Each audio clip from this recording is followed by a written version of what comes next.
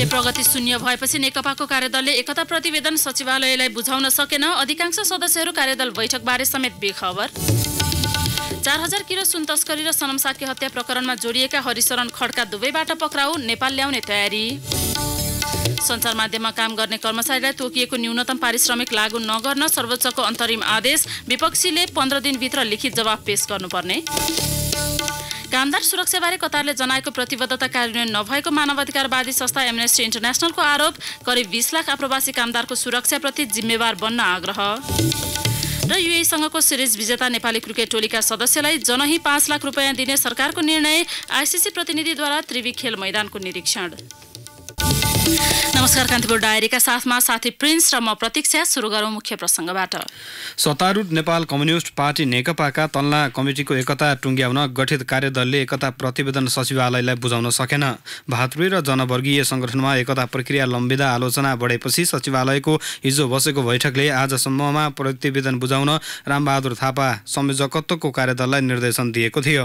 तर कार्यदलको बैठक नै बस्न नसकेपछि प्रतिवेदन नै अन्योलमा परेको छ। कार्यदल सदस्य वर्षमान पुनले बैठक लामो समयदेखि बस्न नसकेकाले प्रतिवेदनबारे थाहा नभएको प्रतिक्रिया दिनुभयो। सचिवालयलाई प्रतिवेदन बुझाउने बारे कार्यदलका अधिकांश सदस्यले आफू बेखबर रहेको प्रतिक्रिया दिए। आन्तरिक विवादमै जेलिएको कार्यदल सचिवालयको निर्देशनपछि थप अन्योलमा परेको छ। सचिवालयले अहिलेसम्म भएका प्रगति समेटेर प्रतिवेदन बुझाउन निर्देशन दिएपछि कार्यदल अब कसरी अघि बढ्ने भन्नेमा अन्योलमा परेको हो। स्थायी समितिको गत पुस 13 को बैठकले पार्टी एकताका बाँकी काम किनारा लगाउने तथा जिम्मेवारी बाँडफाँडको कार्यविधि बनाउने जिम्मेवारी सहित 9 सदस्यीय कार्यदल बनाएको थियो। कार्यदल गठन भएपछि पनि नेताहरूको कार्यव्यस्तता र जिल्ला दौडाहाको बहानामा बैठक निरन्तर बस्न सकेको थिएन। अहिले पनि कार्यदलको प्रगति शून्य प्राय रहेको कार्यदलका एक सदस्यले बताएका छन्।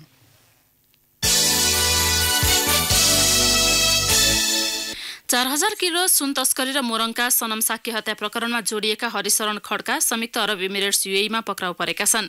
नेपाल प्रहरीको आग्रहमा युएई प्रहरीले उनलाई पक्राउ गरेको हो। खड्का विरुद्ध इन्टरपोल मार्फत रेड कर्नर नोटिस जारी भएको थियो। युएईबाट सुन किनेर नेपाल पठाउन खड्का सहितको समूहले भूमिका खेलेको सरकारले गठन गरेको विशेष छानबिन समितिको अनुसन्धानले देखाएको थियो। प्रहरी प्रधान कार्यालयले उनी केही दिन अघि युएईमा पक्राउ परेको अनौपचारिक सूचना प्राप्त भएको जनाएको छ। वैदेशिक रोजगारीको सिलसिलामा युएई छिरेका खड्का रेस्टुरेन्ट व्यवसायको आवरणमा त्यहाँ बसेर सुन तस्करी तथा हुण्डीको कारोबारमा संलग्न रहेको दावी समितिको थियो। काभ्रे घर भएका 40 वर्षीय खड्कालाई फरार प्रतिवादी बनाई जिल्ला प्रहरी कार्यालय मोरङले गत वैशाख 18 गते जिल्ला अदालतमा मुद्दा दायर गरेको थियो। इन्टरपोल नेपाल शाखाको सिफारिसमा खड्कासहित मुख्य लगानीकर्ता भनिएका एमके भनिने मोहन कुमार अग्रवाल, बेनु श्रेष्ठ, रमेश उप्रेती विरुद्ध रेड कर्नर नोटिस जारी गरेको थियो। 4000 किलो सुन तस्करीका मुख्य लगानीकर्ता भनिएका अग्रवाल सहित गोविन्द प्रसाद तिवारी, टुकबहादुर मगर, भोजराज भण्डारी, रोहित आचार्य, चेतनाथ भण्डारी, कृष्ण बस्नेत, कृष्ण गोपाल अग्रवाल र मोहम्मद उस्ताम मिया भने अझै पक्राउ परेका छैनन्। सर्वोच्च अदालतले श्रमजीवी पत्रकार बाहेक राष्ट्रिय सञ्चार माध्यममा काम गर्ने कर्मचारीलाई तोकिएको न्यूनतम पारिश्रमिक कार्यान्वयन नगराउन अन्तरिम आदेश जारी गरेको छ। आदेशमा भनिएको छ, श्रमजीवी पत्रकारको न्यूनतम पारिश्रमिक निर्धारण गरी सोको कार्यान्वयन गर्ने विषय बाहेक राष्ट्रिय मिडियाका श्रमजीवी कामदार कर्मचारी र आम संसार प्रतिष्ठानका श्रमजीवी कामदार कर्मचारीको समेत न्यूनतम पारिश्रमिक निर्धारण गरी कार्यान्वयन गर्ने सम्बन्धी काम कारबाही प्रचलित कानुन व्यवस्थाको सन्दर्भमा विचारणीय देखिएको छ। प्रधान न्यायाधीश चोलेन्द्र शमशेर जबराको एक इजलासले निवेदनको अन्तिम किनारा नलागेसम्म सो निर्णय कार्यान्वयन नगराउन र 15 दिनभित्र लिखित जवाब पेश गर्न विपक्षलाई आदेश दिएको छ। कानुनी प्रावधान अनुसार सरकारले श्रमजीवी पत्रकारको मात्र न्यूनतम पारिश्रमिक निर्धारण गर्न सक्ने तर अन्य कामदार कर्मचारीको पारिश्रमिक निर्धारण गर्न अधिकार सञ्चार तथा सूचना प्रविधि मन्त्रालयलाई नभएको उल्लेख गर्दै इमेज च्यानल प्रालिका मोहन चन्द्र सिंहले सर्वोच्चमा रिट दायर गर्नुभएको हो। पत्रकारको न्यूनतम पारिश्रमिक बारे गत असोज 30 गते राजपत्रमा प्रकाशन भइसकेको छ। राजपत्रमा सञ्चार प्रतिष्ठानमा कार्यरत श्रमजीवी पत्रकार, कामदार र कर्मचारीको न्यूनतम पारिश्रमिकमा 25% वृद्धि गरी कार्तिक 1 गतेदेखि लागू गर्न भनिएको थियो।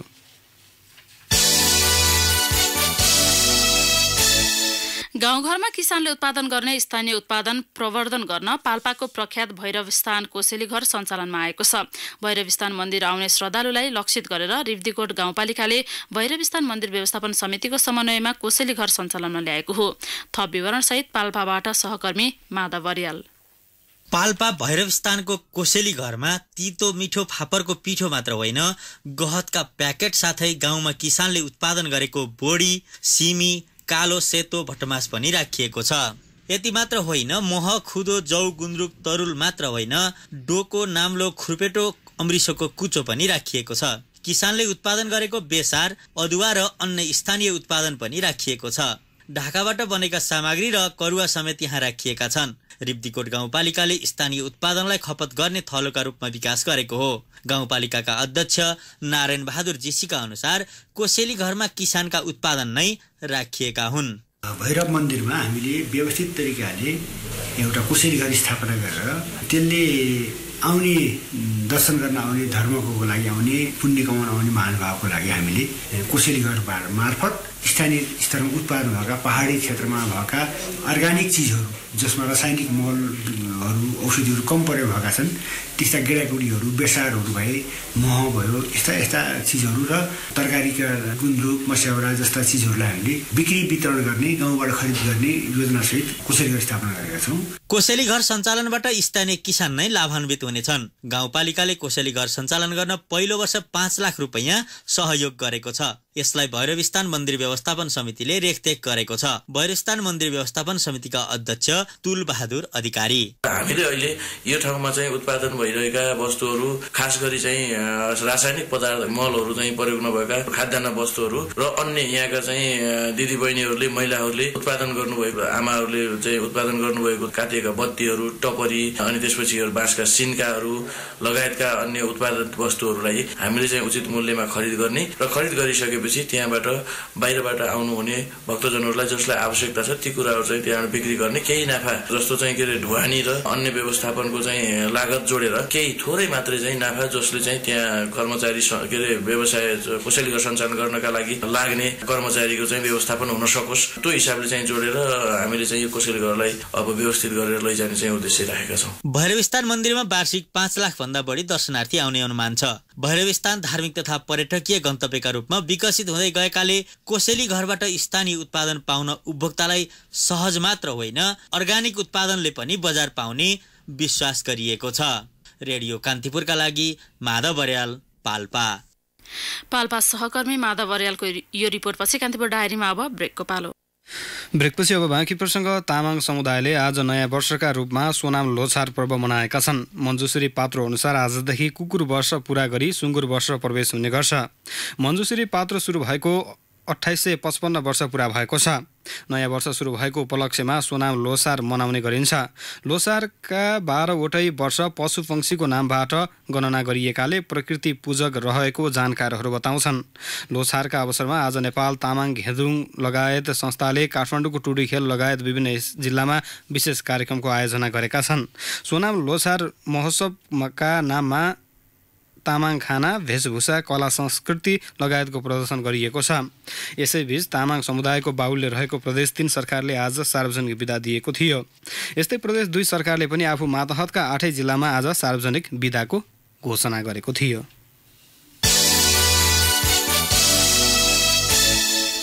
सर्वोच्च शिखर सगरमाथाको सर्वाधिक 22 पटक आरोहण गरी विश्व कीर्तिमान बनाएका सोलुखुम्बुका कामी रिता शेर्पाले 23औं पटक पुनः आरोहण गर्ने भएका छन्। आगामी फागुनपछि सुरु हुने वसन्तकालीन सिजनमा सगरमाथाको 23औं आरोहण गर्न तयार रहेको शेर्पाले बताए। गत वर्ष जेठमा 22औं पटक सगरमाथा आरोहण गरेर आफ्नै रेकर्ड तोडेका 49 वर्षीय शेर्पाले आफू काठमाडौँ स्थित 7 समिट ट्रेक्स कम्पनीसँग अनुबन्धित भएको बताए। 7 समिट ट्रेक्सका अध्यक्ष मिगमा शेर्पाका अनुसार कामी रिता यसपटक विदेशी आरोहीका लागि हाई अल्टिच्युड गाइड तथा लिडरको जिम्मेवारी लिई सगरमाथा चढ्नेछन्। कामी रिता यसअघि अमेरिकन कम्पनी अल्पाइन एसेन्टमा थिए। 7 समिट ट्रेक्सले $30,000 को अफर गरेपछि उनले कम्पनी बदलेको जनाएका छन्। 24 वर्षको उमेरमा 2051 देखि हिमाल उक्लिन थालेका शेर्पाले पाकिस्तान र भारतको सीमामा रहेको केटु हिमाल पनि आरोहण गरिसकेका छन्। उनले लोत्से 1 पटक, मनास्लु 2 पटक र छोयु हिमाल 8 पटक आरोहण गरिसकेका छन्। गत वर्षसम्मको सरकारी तथ्याङ्क अनुसार 5000 हाराहारीमा आरोही सगरमाथाको चुचुरोमा पुगिसकेका छन्।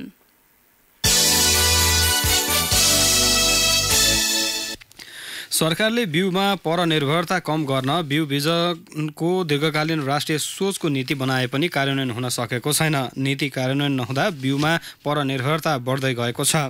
मुलुकलाई बिउ बिजनमा आत्मनिर्भर बनाउन सरकारले सन् 2013 मा बिउ बिजक बिजनको दीर्घकालीन राष्ट्रिय सोच रणनीति लिएको थियो।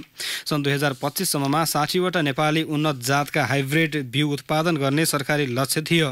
कृषि तथा पशुपन्छी विकास मन्त्रालय अन्तर्गतको राष्ट्रिय बिउ बिजन विकास समिति तथा बिउ बिजन गुणस्तर नियन्त्रण केन्द्रको सहयोगमा 40वटा सरकारी र 20वटा निजी कम्पनीले हाइब्रिड उत्पादन गर्ने लक्ष्य लिए पनि कार्यान्वयन हुन सकेको छैन। पर्याप्त अनुसन्धान नहुँदा स्वदेशमै बिउ हाइब्रिड उत्पादन गर्न नसकेको केन्द्रका वरिष्ठ बिउ विकास अधिकृत रमेश हुमागाई बताउनुहुन्छ। सन् 2025 सम्म 19 त भइगयो, 6 वर्षभित्र भन्नुहोस् न। तर अहिलेसम्मको स्ट्याटस के छ भने तरकारीमा सिङ्गे एउटा गोलेबेडाको एउटा जात छ सिर्जना भन्ने, मकैमा 8वटा जति जात छन्। त्यो सिर्जनादेखि बाहेक मकैका जातहरू पनि त्यही धेरै व्यावसायिक रूपले किसानकहाँ पुगेका छैनन्, किनभने हाम्रो भन्दा बाहिरबाट आउने हाइब्रिड धेरै सुपेरियर हाइब्रिड छन्। त्यो हिसाबले एक त हाम्रो प्रचार हुन सकेन। अर्को कुरा हाइब्रिड प्रोडक्सनमा अब गर्नुपर्ने त हाम्रो अनुसन्धानले हो। विभिन्न लिमिटेसनका कारण हाम्रो हाइब्रिड आउन सकेन, हाम्रो रिसर्चले ल्याउन सकेन। छिमेकी मुलुक भारत, चीन तथा तेस्रो मुलुकबाट आउने हाइब्रिडबाट बिउ धेरै उत्पादन हुने भएकाले पनि स्वदेशी हाइब्रिडमा किसानको आकर्षण घटेको हुमागाईले बताउनुभयो, जसका कारण स्वदेशी बिउ उत्पादन बिस्तारै लोप हुँदै गएको उहाँको भनाइ थियो। खाद्यान्नमा धान गहुँ मकैमा त हाम्रो स्थिति ठिकै हो। हामीले वरि गर्नुपर्ने कुरो चाहिँ तरकारीको बिउमा देखिन्छ। हाम्रो seed system Nepali seed system भनौँ न, त्यो चाहिँ बिस्तारै डिलमै पुगिसक्यो यसरी इम्पोर्टरले गर्दाखेरि। मुलुकमा खाद्यान्न लगायतका वस्तुसँगै वर्षेनी अर्बौं रुपैयाँको बिउ बिजन आयात हुने गरेको छ। चालु आर्थिक वर्ष 2075-76 को 6 महिनामा मात्रै 42 करोड रुपैयाँ बढीको बिउ बिजन आयात भएको छ। दाङको राप्ती स्वास्थ्य विज्ञान प्रतिष्ठानमा भइरहेको आन्दोलन रोक्न उच्च अदालत तुलसीपुरले अन्तरिम आदेश जारी गरेको छ। मुख्य न्यायाधीश नहकुल सुवेदीको एकल इजलासले निवेदनको अन्तिम टुङ्गो नलाग्दासम्म नागरिकको संविधान प्रदत्त स्वास्थ्य सम्बन्धी हकको उपभोगमा आघात पुग्ने गरी अस्पतालले प्रदान गर्दै आएको सेवामा बाधा अवरोध पुग्ने प्रकृतिको आन्दोलन तथा हडताल नगराउन आदेश दिएको हो। संघर्ष समितिका नाममा स्वास्थ्य जस्तो अत्यावश्यक र संवेदनशील क्षेत्रमा गरिएको आन्दोलन र हडतालले अस्पतालको सेवा अवरुद्ध हुन गई आम नागरिक स्वास्थ्य सेवाबाट वञ्चित भएको अदालतको ठहर छ। 3 साता लामो कर्मचारी आन्दोलनका कारण प्रतिष्ठानमा सुत्केरी सेवा समेत ठप्प भएको छ। कर्मचारीहरू साउनदेखिको तलब नपाएको र पेशागत सुरक्षा नभएको भन्दै आन्दोलनमा उत्रिएका छन्। राजधानीको थापाथली स्थित प्रसुति गृहकी डाक्टर बबिता शाहकी 2 वर्षीय छोरीको अपहरणमा संलग्न थप एक अभियुक्तलाई प्रहरीले रौतहटबाट पक्राउ गरेको छ। महानगरीय प्रहरी परिसर काठमाडौँको टोलीले जनकपुरका मनिष गुप्तालाई रौतहटको भिटामोडबाट पक्राउ गरेको डीएसपी होवेन्द्र बोगटीले बताउनुभयो। यसअघि प्रहरीले अपहरणमा संलग्न अर्चना गुप्ता र बाबु सुरेशलाई पक्राउ गरेको थियो। यही माघ 11 गते बिहान कोटेश्वरको आफ्नै घरबाट बालिका अपहरणमा परेकी थिइन्। अपहरणको 7 घण्टापछि प्रहरीले गौशालाबाट बालिकाको सकुशल उद्धार गरेको थियो। अपहरणकारीले पीडित परिवारलाई 2,50,000 रुपैयाँ फिरौती माग गरेका थिए। प्रतिनिधि सभाको शिक्षा तथा स्वास्थ्य समितिले विभिन्न बुँदा समेटेर सरकारलाई निर्देशन दिएको छ।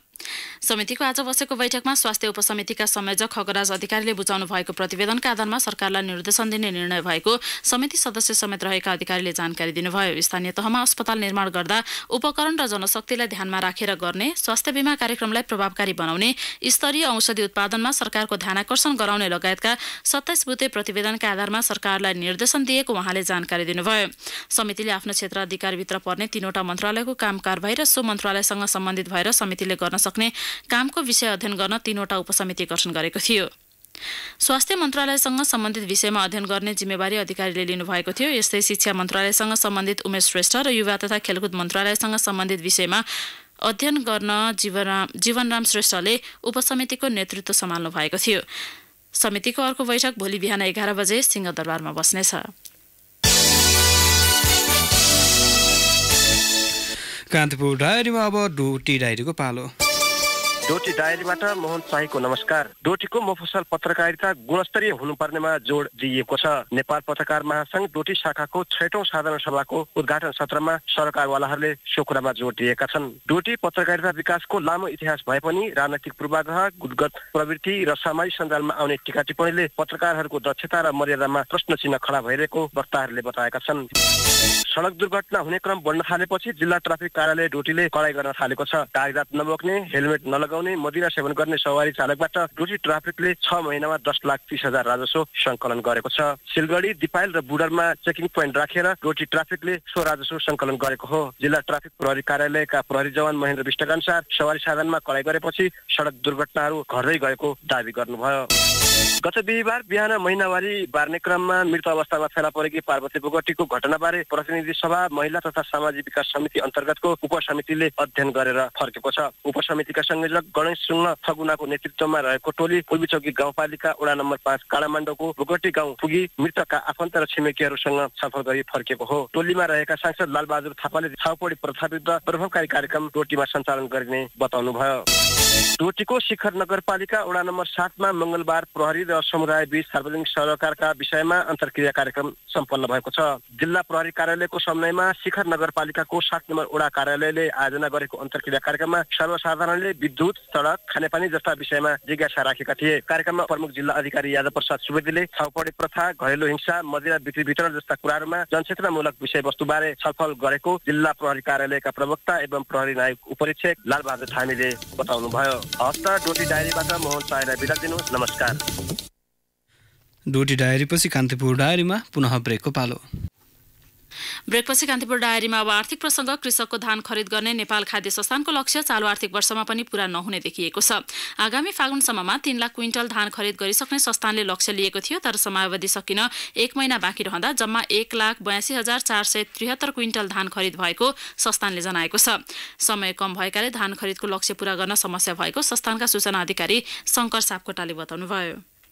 जिल्लागत रूपमा कैलालीमा 17,500, बाँकेमा 25,356, सिराहामा 64,189, बर्दियामा 330, रूपन्देहीमा 16,000, कञ्चनपुरमा 509, पर्सामा 17,632, झापामा 21,576, मोरङमा 14,955, धनुषामा 4,296 गरेर 1,82,473 क्विन्टल किनेका छौँ। अब हाम्रो लक्ष्यको त 50% हामी नागिसक्यौँ। अब लक्ष्य भेटौँ त अब समय अलिक थोरै रहेकोले गाह्रै छ, तर खरिद निरन्तर भइरहेको छ। अब अहिले यति नै आउला भनेर अनुमान गर्न मुस्किल छ। केही जिल्लामा संस्थानले भन्दा निजी व्यापारीले बढी मूल्यमा किसानबाट धान खरिद गरेका कारण लक्ष्य पूरा गर्न कठिनाई भएको संस्थानले जनाएको छ। केही नीतिगत अस्पष्टताका कारण पनि धान खरिदमा केही समय ढिलाइ भएको संस्थानका सूचना अधिकारी सापकोटाले बताउनुभयो। समयमा त्यति ढेरो विलम्ब भएको चाहिँ होइन, सामान्यतया 1 हप्ता जति विलम्ब भएको हो। अब त्यो हामीलाई लान्छेला लाग्ने गरेकै हो। हाम्रो त्यो आफ्नो किसिमले ढिलासुसी गरेको होइन, केही नीतिगत अस्पष्टता थियो। त्यसलाई मिलाउँदै गर्दा हाम्रो जिकिरहरू मन्त्रालय पुर्याउँदै गर्दाखेरि 1 हप्ता जस्तो अलमल चाहिँ भएको हो। त्यो नियतवश किसानलाई अलमल ल्याउने किसिमले अलमल भएको चाहिँ होइन। सरकारले चालु आर्थिक वर्षमा धान खरिदका लागि 91,86,30,000 रुपियाँ बजेट विनियोजन गरेको थियो। संस्थानका अनुसार मोटा धानको मूल्य प्रति क्विन्टल 2,331 रुपियाँ र मध्यम धानको मूल्य प्रति क्विन्टल 2,460 रुपियाँ निर्धारण गरिएको छ। काठमाडौँको भिरकुटी मण्डपमा आगामी शुक्रबारदेखि बिल्डकन अर्थात् भवन निर्माण सम्बन्धी अन्तर्राष्ट्रिय प्रदर्शनी हुने भएको छ। निर्माण क्षेत्रको विकास, पुनर्निर्माण तथा आधुनिकीकरणमा टेवा पुर्याउने उद्देश्यले अन्तर्राष्ट्रिय प्रदर्शनी गर्न लागि हो। मिडिया स्पेस सोलुसन र भारतको future trade fair and events कम्पनीको संयुक्त आयोजनामा हुने प्रदर्शनीमा विश्वका 300 भन्दा बढी ख्याति प्राप्त ब्रान्डका 150 स्टल रहने आयोजकले जनाएको छ। अब एउटा अन्तर्राष्ट्रिय प्रसङ्ग। आप्रवासी कामदारको सुरक्षा सम्बन्धमा गरेको प्रतिबद्धता कतारले पालना नगरेको अन्तर्राष्ट्रिय मानवाधिकारवादी संस्था एमनेस्टी इन्टरनेसनलले आरोप लगाएको छ। अन्तर्राष्ट्रिय स्तरको श्रम मापदण्ड अनुसार कामदार परिचालन गर्ने विषयमा सन् 2017मा संयुक्त राष्ट्रसङ्घीय श्रम संगठन ILO सँगको सम्झौतामा हस्ताक्षर गरेको कतारले सो पालना नगरेको एमनेस्टीको आरोप छ। सम्झौतापछि न्यून पारिश्रमिक, घरेलु कामदार, कामदार बीमा, सुरक्षा तथा व्यवस्थापनका विषयमा विभिन्न कानून संशोधन गरे पनि सो कार्यान्वयन नगरेको एमनेस्टीद्वारा जारी विज्ञप्तिमा उल्लेख छ। सन् 2022मा हुने विश्वकप फुटबलको आयोजक राष्ट्र कतारले रङ्गशाला तथा अन्य बृहत संरचनाको निर्माणमा आप्रवासी मजदुरहरूको शोषण गरेको भन्दै उनीहरूको सुरक्षा र अधिकारप्रति गम्भीर बन्न एमनेस्टीले ध्यानाकर्षण गराएको छ। कतारमा विश्वभरका करिब 20 लाख आप्रवासी कामदार रहे पनि उनीहरूको सुरक्षाप्रतिको गैर जिम्मेवारीले विभिन्न दुर्घटनाबाट ज्यान गुमाउने कामदारको संख्या बढिरहेको एमनेस्टीको ठहर छ। अब खेल प्रसङ्ग। सरकारले संयुक्त अरब एमिरेट्स UAE विरुद्धको वनडे र 2020 क्रिकेट सिरिज जितेको नेपाली राष्ट्रिय टोलीका सबै सदस्यलाई जनाही 5 लाख रुपैयाँ दिने निर्णय गरेको छ। सिरिज जितेर टोली स्वदेश फर्केको भोलिपल्टै सरकारले सो रकम दिने घोषणा गरेको हो। आज बसेको मन्त्री परिषद बैठकले राष्ट्रिय खेलकुद परिषद राखेपले पठाएको प्रस्तावलाई अनुमोदन गरेको हो। 16 खेलाडी, 3 वैकल्पिक खेलाडी र 4 अफिसियललाई प्रोत्साहन स्वरूप रकम उपलब्ध गराउने मन्त्री परिषद बैठकले निर्णय गरेको हो। समान 3 खेलको वनडे र T20 दुवै सिरिज नेपालले 2-1 ले जित्दै ऐतिहासिक उपलब्धि हात पारेको थियो। नेपालमै वनडे र T20 सिरिज गर्न अन्तर्राष्ट्रिय क्रिकेट परिषद आइसिसीले तयारी सुरु गरेको छ। नेपालमा रहेको एकमात्र अन्तर्राष्ट्रिय क्रिकेट मैदानको भौतिक पूर्वाधार तथा पिचको अवस्थाको रिपोर्टका आधारमा आइसिसीले सिरिजको घोषणा गर्ने आइसिसीकी नेपाल प्रतिनिधि भावना घिमिरेले जानकारी दिइन्। आइसिसीका पिच कन्सल्टेन्ट एन्डी एटकिन्सनले आज कीर्तिपुर स्थित त्रिवी क्रिकेट मैदान र पिचको अवस्थाबारे निरीक्षण गरे। मैदानको निरीक्षण गरी त्यसको रिपोर्ट आइसिसीलाई पेश गर्ने र आइसिसीले सिरिजको घोषणा गर्ने घिमिरेले बताइन्। घिमिरेका अनुसार नेपालसँग खेल्नका लागि वनडे अन्तर्राष्ट्रियको मान्यता पाएका एसोसिएट राष्ट्रहरू स्कटल्यान्ड र नेदरल्यान्ड्सले इच्छा देखाएका छन्। त्यस्तै आइसिसीको पूर्णकालीन सदस्यमा बढुवा भएको आयरल्यान्डले पनि नेपालसँग सिरिज खेल्न चाहना राखेको छ। जापानको रिक्सो युनिभर्सिटी पोखरामा जारी मनोकामना केवलकार पोखरा गोल्ड कप फुटबल प्रतियोगिताको सेमिफाइनलमा प्रवेश गरेको छ। पोखरा रङ्गशालामा आज भएको तेस्रो क्वार्टर फाइनलमा विभागीय नेपाल पुलिस क्लबलाई 1-0 ले पराजित गर्दै पाहुना टोली सेमिफाइनलसम्म पुगेको हो। जापानको जितमा खेलको 19औं मिनेटमा नाबसुकी ताकेडाले निर्णायक गोल गरे। त्रिभुवन आर्मीका सुशील थापा र नेपाल पुलिसकी दिवान शर्मा तेस्रो वीरगतिमान राष्ट्रिय बक्सिङ प्रतियोगिताको क्वार्टर फाइनलमा पुगेका छन्। पुरुष 49 केजी समूहमा त्रिभुवन आर्मी क्लबका सुशील थापाले प्रदेश 4 का सूरज गुरुङलाई हराए। त्यसै नेपाल पुलिस क्लबकी दिवान शर्माले प्रदेश 4 की आकृति गुरुङलाई पहिलो राउन्डमा नै पराजित गरिन्। प्रतियोगिताको पहिलो खेलमा पुरुष 49 केजीमा प्रदेश 2 का पवन श्रेष्ठले प्रदेश 1 का धर्मेन्द्र राईले पराजित गरे। पुरुष 56 केजी तौलसम्ममा प्रदेश 1 का सुरेन्द्र राईले प्रदेश 4 का दुथ बहादुर परियारलाई पहिलो राउन्डमै पाखा लगाए। महिलातर्फ 46 देखि 48 केजी तौलसम्ममा प्रदेश 5 की सुशीला थापाले प्रदेश 2 की सपना गुरुङलाई हराइन्। पुरुष 60 केजी तौलसम्ममा प्रदेश 3 का सनिल शाही र प्रदेश 8 का भारत चन्दले जित हासिल गरे। सुनिलले प्रदेश 6 का सागर श्रेष्ठलाई पहिलो राउन्डमा हराए भने भरतले प्रदेश 1 का रोबिन प्रधानलाई पराजित गरे। दिनको अन्तिम खेलमा पुरुष 64 केजी तर्फ प्रदेश 2 का किशोर शर्माले प्रदेश 7 का विक्रम चौधरीलाई हराए। सबै विजेता खेलाडीले क्वार्टर फाइनलमा स्थान सुरक्षित गरे। त्यसअघि उद्घाटन समारोहमा बक्सिङका पूर्व खेलाडी एवं प्रशिक्षक सुरेश आले मगरलाई 1,01,000 नगद सहित सम्मान गरिएको थियो। हस्त कान्तिपुर डायरीको यो बुलेटिन अहिलेलाई यही सकिन्छ। राति 8 बजे सेक्युरिटी एन्ड क्राइम डायरीका साथमा उपस्थित हुने नै छौँ। अहिलेलाई भने साथी प्रिन्स र म प्रतीक्षा बिदा हुन्छौँ। नमस्कार।